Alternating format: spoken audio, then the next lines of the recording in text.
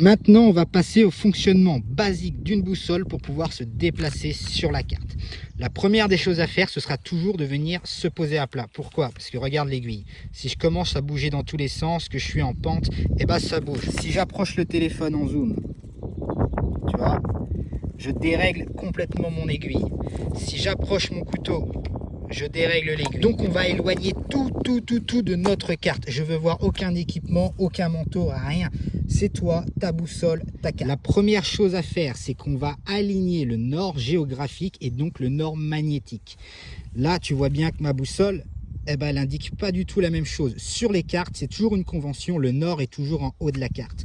Donc là, on a le nord géographique, mais là, on a le nord magnétique qui part par là-bas. Donc ce qu'on va faire, c'est qu'on va aligner tout ça. Donc là, j'aligne ma boussole avec le bord de la carte. Ensuite, je vais régler mon cadran. C'est-à-dire que je vais mettre la niche alignée avec ma flèche indicatrice de direction. Ce que j'appelle la niche, ce sont les deux traits verts que tu vois ici qui vont servir de repère. Alors ça va dépendre des boussoles. Il y en a, ça peut être une flèche par exemple. La flèche indicatrice de direction, c'est ça, c'est la petite flèche qui va me permettre d'orienter ma boussole. Et là donc je vais aligner le nord magnétique avec le nord géographique. Et donc je vais tourner ma carte jusqu'à ce que l'aiguille qui indique le nord, donc la rouge, elle rentre dans la niche. Moi j'appelle ça faire rentrer le chien à la niche. Donc là, ça y est, ma carte est orienté, donc le nord géographique est orienté avec le nord magnétique. Là, on va pouvoir commencer à travailler. La première des choses à faire sur notre carte, c'est donc de nous situer. Où est-ce qu'on est? Je te montrerai après comment est-ce qu'on triangule une position quand on ne le sait pas. Moi, je sais où je suis. Je suis très exactement sur ce petit chemin ici. Ça, c'est mon point A. Maintenant, notre objectif, nous, pendant cette petite randonnée très courte, ça va être d'aller à l'étang de Coulanges. Juste ici. Ce sera notre point B. Donc maintenant, ce qu'on veut savoir, c'est quelle direction prendre avec la boussole pour pouvoir relier le point A et le point B. C'est ce qu'on appelle un azimut. Donc maintenant, je vais bien vérifier que je suis parfaitement aligné. Tu vois, il faut que le chien il soit parfaitement dans la niche et que ma boussole elle soit parfaitement alignée avec le bord de la carte. Là, je suis OK. On va toujours utiliser la flèche indicatrice de direction pour aller vers la direction qu'on souhaite. C'est-à-dire qu'ici, je vais prendre ma boussole et je vais placer la flèche en direction de mon point B. Donc je pars de A pour aller à B. Ensuite, je vais tourner mon cadran afin que le chien rentre dans la niche.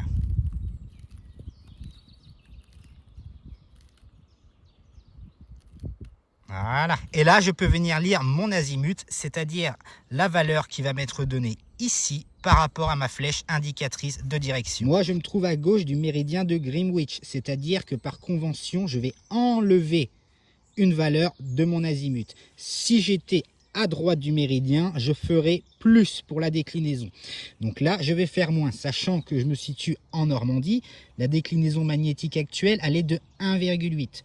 Donc, je prends mon azimut de 240 et je vais retirer 1,8 degrés. Ce qui nous donne donc un azimut réel à suivre sur le terrain de 238,2 degrés. Et c'est là justement qu'on voit la différence de qualité de boussole. Pourquoi est-ce qu'il y a des boussoles qui coûtent plus cher que d'autres?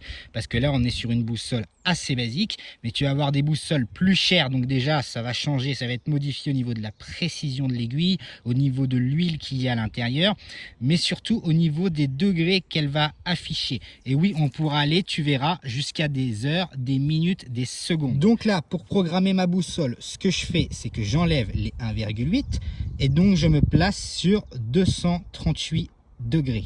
Et ça, c'est l'azimut que je vais devoir suivre sur le terrain pour pouvoir trouver justement l'étang. Maintenant, qu'est-ce que je vais faire de ça? J'ai programmé ma boussole sur les 238 degrés. Maintenant, ce que je veux, c'est savoir par où je vais aller pour pouvoir suivre la direction que j'ai placée sur la carte, c'est-à-dire du point A au point B. Donc, comment suivre un azimut? Je place ma boussole et je vais la tourner jusqu'à ce que le chien il rentre à la niche. Donc là tu vois, c'est dans le mauvais sens. je vais tourner par ici. Hop, le chien il est rentré dans la niche.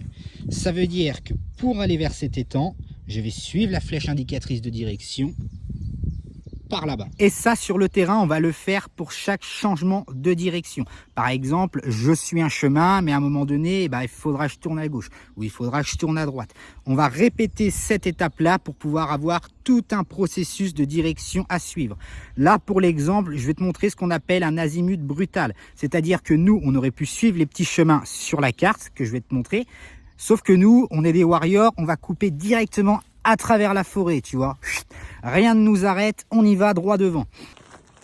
Donc là, je suis arrivé à mon premier repère, la voiture. Et tu vois, j'ai un peu bougé, donc toujours être à plat. Je me tourne un petit peu. Je continue tout droit par ici. On va passer à la deuxième leçon, notamment sur les déplacements forestiers. J'ai fait exprès justement de partir tout droit, sans plus regarder ma boussole, sans rien. Et je vais te montrer justement le problème. Tu vois, j'ai complètement décalé de mon azimut. Pourquoi?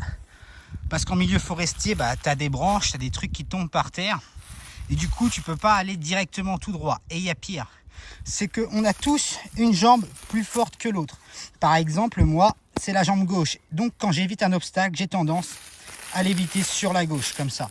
Et quand j'ai un autre obstacle, j'ai tendance à le rééviter à gauche, comme ça. Et ça, c'est tout le monde. Et le problème, c'est que justement, voilà, ça nous met complètement dans les vapes. Donc, il faut que je recalcule, voilà, et que je reparte dans cette direction. Si j'avais continué à aller tout droit, tu vois, j'étais complètement décalé. Et ce que je vais faire, du coup, le premier obstacle ici, je vais le contourner à gauche. Par contre, le second, là, je vais le tourner à droite. Et le prochain, je vais l'esquiver à gauche. Et le prochain, je vais l'esquiver à droite jusqu'à arriver à mon arbre. Et là, je vais reprendre mon azimut pour être sûr que je suis toujours dans la bonne direction. Donc là, je suis toujours dans l'axe. Et là, je vais repartir. Maintenant, on va travailler le contournement d'obstacles. Alors là, je pourrais passer par-dessus, ok, mais on va imaginer que c'est un grand truc. Ça peut même être une montagne, ok. Là, c'est infranchissable. Donc, ce qu'on fait, c'est que je me recale sur l'azimut pour être sûr que je suis dans la bonne direction. Sans que le téléphone fasse tout bouger. Et là, je vais pivoter à 90 degrés. Je vais avancer et compter le nombre de pas. 1, 2, 3, 4, 5, 6, 7, 8, 9, 10. À partir de là, une fois que j'ai évité l'obstacle, je vais repivoter à 90 degrés et je vais avancer. Donc je garde bien le nombre de pas que j'ai fait avant. J'essaye d'aller en ligne droite comme ça. Ok. Donc là, je refais un angle droit. Et là, je vais refaire exactement le même nombre de pas que j'ai fait au début. 1, 2, 3, 4, 5, 6, 7, 8, 9, 10. Donc là, tu vois, j'ai esquivé mon obstacle. Et ensuite, j'ai juste à me remettre dans le bon sens. Et je suis toujours sur mon azimut. J'ai un peu légèrement décalé, non, c'est le téléphone. Et je peux toujours continuer tout droit. Pourquoi c'est important à maîtriser? Parce que tout simplement, là, tu vois, si j'avais pas la boussole, si j'avais pas mon azimut, je suis complètement paumé. Je serais incapable de rentrer à mon point de départ. Bon, là, j'ai été en ligne droite, donc j'aurais juste à revenir sur mes pas. Je suis débrouillard. Mais pour quelqu'un qui n'a pas l'habitude, qui a jamais fait ça, qui se retrouve en pleine forêt comme ça, je peux t'assurer qu'il sera complètement désorienté. Donc là, je vais continuer mon chemin, je vais continuer à prendre des repères et je vais avancer prudemment. Alors maintenant, on va faire un point parce qu'il y a une seule chose que je t'ai pas montré au début, j'en ai fait exprès.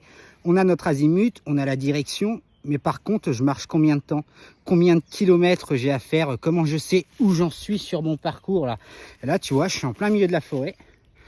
J'ai ma direction, ok, mais je ne sais pas combien de temps je vais encore devoir marcher, combien de temps ça va durer. Et est-ce que j'ai assez d'eau?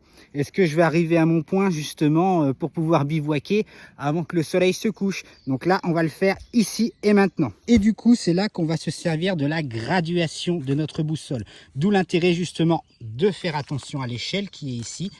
1 sur 25 000, c'est exactement ce qu'il faut pour une petite randonnée comme celle-ci. Et là, tu vois, sur notre boussole, on a une graduation. 1 sur 25 000. Ce qui veut dire que lorsque je vais mesurer comme ça, je prends mon point 0. Ça veut dire que là, sur notre graduation, à chaque graduation, 1, 2, 3, 4, 5, je parcours 100 mètres. Donc 5, c'est 100 mètres. Là, je me cale bien. En gros, j'arrive à 9. Ça veut dire que j'ai 900 mètres à faire en coupant à travers la forêt. Ce qui est beaucoup plus court que si j'avais pris tous les petits chemins, tu vois, comme ça. Et là, tu vois, je continue à suivre mon azimut. Tout est défoncé, tout est retourné. Au moins, premier repère que je vais dans la bonne direction, c'est comme je te l'ai expliqué, l'eau, elle coule toujours, elle suit les pentes naturelles. Et comme tu peux le voir, et voilà, on commence à descendre. Là, on voit mieux qu'on descend, parce qu'avec le téléphone à l'envers. Donc quand je suis des pentes comme ça naturelles, j'ai beaucoup plus de chances de trouver à un moment donné un point d'eau. Et donc si je me dirige vers un point d'eau, un lac, une rivière, quelque chose comme ça, si je suis en pleine montée, en général c'est que je me suis gouré quelque part. C'est que je me suis gouré dans mon azimut, c'est que je me suis gouré à un moment donné dans mon contournement. Il faut reprendre tout à zéro. Donc là tu vois, on arrive vraiment sur une partie qui est beaucoup plus dense, il y a plein de trucs à esquiver. Donc si tu n'appliques pas la technique gauche-droite à chaque fois, eh ben, t'es vite paumé. Là, je reprends mon azimut. J'ai un petit peu dévié malgré la technique. Bon, pas grand chose. Mais sur une longue distance, ça peut faire énormément de différence. Ça peut faire plusieurs kilomètres sur plusieurs heures de marche. Et c'est comme ça justement qu'on rate un point d'eau, qu'on rate un point de bivouac, un point de rencontre. Et que la nuit tombe et qu'on se retrouve dans la mer. Là, tu vois un indice au loin. Est-ce qu'on le voit au téléphone? Tu vois, ça commence à briller au loin là-bas. Là, juste ici. Là, tu vois, ça c'est de la flotte. Tu l'entends même si je ferme ma gueule. Bon, je sais pas si on l'entend au téléphone. Et c'est comme ça parce que j'ai suivi la pente. Et donc là, encore une fois, une nouvelle leçon de vie. Quand j'ai pris mon azimut brutal, j'ai absolument pas regardé la carte. Je ne l'ai pas interprété, j'ai rien regardé. Et si j'aurais regardé correctement, eh ben, j'aurais vu qu'il y a un cours d'eau à franchir. Alors là, il est tout petit, ça va. Mais si le machin il faisait 5 mètres, 10 mètres de long, bah là j'étais dans la merde. J'avais plus qu'à remonter tout ça là-haut, refaire mon calcul pour pouvoir justement éviter de me décaler. Et ça m'aurait cassé les couilles. Bon bah là on va franchir. Leçon de vie numéro 2. Sur le papier, tu vois, c'était 800 mètres. Donc c'était plus court que de suivre les chemins. Mais en vrai là tu vois, j'ai dépensé énormément d'énergie à grimper, à descendre, à esquiver. Je suis complètement essoufflé d'ailleurs, j'ai soif. Donc non seulement je vais mettre beaucoup plus de temps à arriver au point prévu, mais en plus je vais être encore plus fatigué, encore plus déshydraté. C'est pour ça qu'on suivra toujours les chemins, les sentiers, les crêtes, les cols. On fera tout ce qu'on peut justement pour s'économiser de l'énergie, pour avancer rapidement, efficacement, au lieu de se casser les couilles comme ça, à tout pousser dans la pampa, à arracher les branches. Allez, on est reparti. Est-ce que tu vois, ça c'est l'autre erreur majeure. Tout à l'heure, on était sur une descente, on a trouvé un cours d'eau. Par contre, là, on est sur une montée. C'est pour ça que je suis aussi fatigué depuis tout à l'heure. Ça monte, ça monte, ça monte à travers les branches. Pourquoi? Parce que j'ai pas tenu compte du relief. J'ai pas tenu compte justement du pourcentage de pente que j'allais me taper. Et ça peut être complètement rédhibitoire. Ça peut vraiment te mener à une situation de survie, te mener à une situation où tu n'as vraiment plus de ressources sur toi. Et t'es dans la merde. Alors là, si t'es blessé, c'est encore pire. Et là, je vais te montrer une autre erreur qui peut être fatale. Tu te souviens de notre azimut qui était de 238 degrés? Et ben, en marchant, crapahutant, tu vois, et ben, la boussole, elle a bougé. Du coup, je suis plus du tout sur le bon chemin et je suis complètement paumé. Je suis sorti de la forêt. Je me trouve n'importe où là. Il n'y a aucun point de repère. Donc là, c'est pas grave. Je vais respirer calmement et je vais essayer justement de me situer. Où est-ce que je suis? Donc là, tu vois, j'ai trouvé une petite ferme. Et donc, si j'ai un peu décalé, en fin de compte, tu vois la rivière où je suis passé tout à l'heure quand je te disais que quand on cherche une rivière, un étang haut et qu'on monte, c'est pas bon. Et bien tout simplement, j'ai dû passer juste à côté là. Et je suis remonté et là j'ai la ferme, ça doit être le Rossel. Donc là je vais complètement tout recommencer. Je vais me remettre à zéro, je vais réorienter ma carte et je vais reprendre un nouvel azimut. Tu vois, c'est la règle d'or, jamais de panique. Je me suis réorienté, je me tiens calme. Donc là il y a le Rossel, il me semble bien que ça doit être cette ferme qui est là-bas. Donc je vais le reprendre en point du Rossel vers l'étang de Coulanges. Donc là, j'ai mon nouvel azimut qui est de 57.